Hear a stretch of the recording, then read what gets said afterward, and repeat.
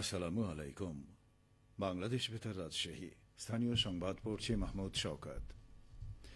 রাজশাহীর বাগমারা উপজেলার সরকারি বিভিন্ন দপ্তর পরিদর্শন করেছেন ভূমি সংস্কার বোর্ডের চেয়ারম্যান এ.জে.এম. সালাউদ্দিন নাগরী।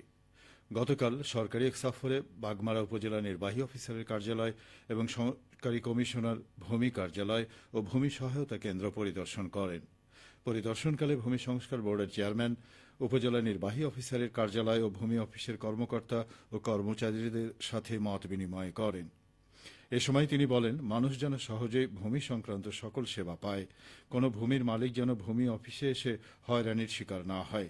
সেই সাথে ভূমি অফিসের সকল কর্মকর্তা কর্মচারীদের দ্রুত অনলাইন বিষয়ে প্রশিক্ষণ গ্রহণের নির্দেশনা প্রদান করেন।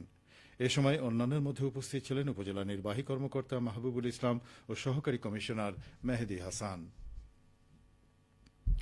নওগাঁয়ে চালের বাজার দর নিয়ন্ত্রণে যৌথ অভিযান চালাচ্ছে খাদ্য বিভাগ, ভোক্তা অধিকার সংরক্ষণ অধিদপ্তর ও সেনাবাহিনী। অভিযানে নেতৃত্ব দিচ্ছেন জেলা খাদ্য নিয়ন্ত্রক ফরহাদ খন্দকার।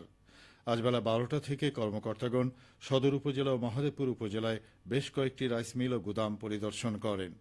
এ পর্যন্ত অবৈধ মজুতের দায়ে 3টি রাইস মিল মালিককে 1,80,000 টাকা জরিমানা করা হয়েছে। এছাড়া একটি রাইস মিলের গুদাম সিলগালা করে মজুত করা ধান জব্দ করা হয়েছে। অভিযানে ভোক্তা অধিকার সংরক্ষণ অধিদপ্তরের সহকারী পরিচালক রুবেল আহমেদ ও সংশ্লিষ্ট কর্মকর্তাগণ রয়েছেন। চিকিৎসক নিয়োগে 48তম বিশেষ বিসিএস এর লিখিত পরীক্ষা আগামী 18 জুলাই অনুষ্ঠিত হবে বলে জানিয়েছে সরকারি কর্ম কমিশন পিএসসি। গতকাল পিএসসির পরীক্ষা নিয়ন্ত্রক মাসুমা আফরিন স্বাক্ষরিত সংবাদ বিজ্ঞপ্তি থেকে এ তথ্য জানানো হয়। সংবাদ বিজ্ঞপ্তিতে বলা হয়, 48তম বিশেষ বিসিএস এর লিখিত পরীক্ষা আগের ঘোষণা অনুযায়ী 18 জুলাই শুক্রবার অনুষ্ঠিত হবে। এর আগে 29 মে 48তম বিশেষ বিসিএস এর বিজ্ঞপ্তি প্রকাশ করে সরকারি কর্ম কমিশন। এই বিসিএস এ 3,000 চিকিৎসক নিয়োগ দেওয়া হবে। নাটোরে দেওয়ালের ক্যানভাস জুড়ে জ্বলজ্বল করছে নবজাগরণের গ্রাফিতি। জুলাই গণ অভ্যুত্থানের সময় শত শত শিক্ষার্থী এসব গ্রাফিতি অঙ্কন করেছিলেন। জুলাই গণ অভ্যুত্থানের গ্রাফিতি নিয়ে এখন শুনুন আমাদের নাটোর জেলা সংবাদদাতার একটি প্রতিবেদন। নাটোরে দেওয়ালের ক্যানভাস জুড়ে জ্বলজ্বল করছে নবজাগরণের গ্রাফিতি। জুলাই গণ অভ্যুত্থান উত্তর সময়ে শত শিক্ষার্থীর আঁকা এসব গ্রাফিতির ভাষা যেন একই। শহীদ আবু সাইদের চির উন্নত মমশির, কারবালা প্রান্তরে যেন মুগ্ধর ছুটে চলা, আর আছে কাজী নজরুলের দ্রোহের আগুন। 5টি শিক্ষা প্রতিষ্ঠান ছাড়াও গ্রাফিতি আঁকা হয়েছে নাটোর রেল স্টেশনের প্ল্যাটফর্মের দেওয়াল জুড়ে। প্ল্যাটফর্মের গ্রাফিতি তৈরি করেছে public university students association of Natore পুশানের শিক্ষার্থীরা। পুশান সদস্য চট্টগ্রাম বিশ্ববিদ্যালয়ের শিক্ষার্থী জান্নাতুল ফেরদৌস টুম্পা বললেন, আমরা চেয়েছিলাম কণ্ঠস্বর, পেয়েছিলাম তুলির আঁচল। অন্ধকার রাতেও রং খুঁজে নিয়েছিল আলো। প্রতিটি দাগ ছিল প্রতিবাদের মৌন উচ্চারণ। এ ছিল বাঁচার, লড়ার, জেগে ওঠার রঙিন দলিল। ইট পাথরের শহরে আমরা কবিতা এঁকেছিলাম। তুলির নিচে জেগে উঠেছিল ঘুমিয়ে থাকা গল্প।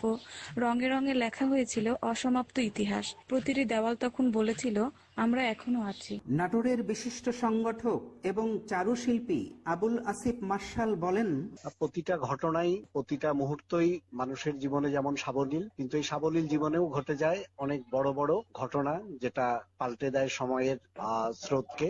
এবং কেউ কেউ এই সময়ের স্রোতে ভেসে যান না, কেউ কেউ হয়ে ওঠেন সময়ের স্মারক। ঠিক গ্রাফিতি গুলো তাই। আমরা নতুন সময়কে, নতুন প্রজন্মকে নতুন উপলব্ধিতে আমরা উদ্ভাসিত হতে দেখেছি, যেটা অক্ষয়। কাল উত্তীর্ণ এসব গ্রাফিতি যেন তুলির আঁচড়ে নয়, হৃদয় দিয়ে আঁকা। ফারাজি আহমদ রফিক বাবন, নাটোর জেলার সংবাদদাতা, বাংলাদেশ বেতার, রাজশাহী।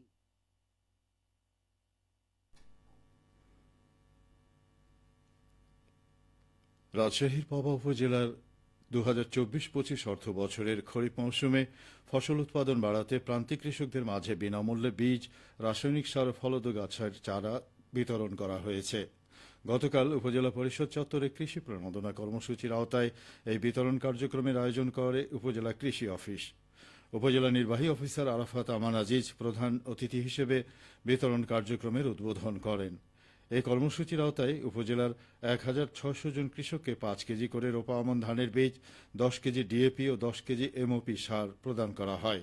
পাশাপাশি হাইব্রিড মরিচ ও শাকসবজির চাষে আগ্রহী কয়েকশো কৃষককে প্রয়োজনীয় বীজ, সার ও অন্যান্য উপকরণ বিতরণ করা হয়। পরিবেশ রক্ষার লক্ষ্যে আরও কয়েকশো কৃষকের মাঝে আম, নারিকেল ও তালের চারা বিতরণ করা হয়। সবশেষে আবহাওয়া।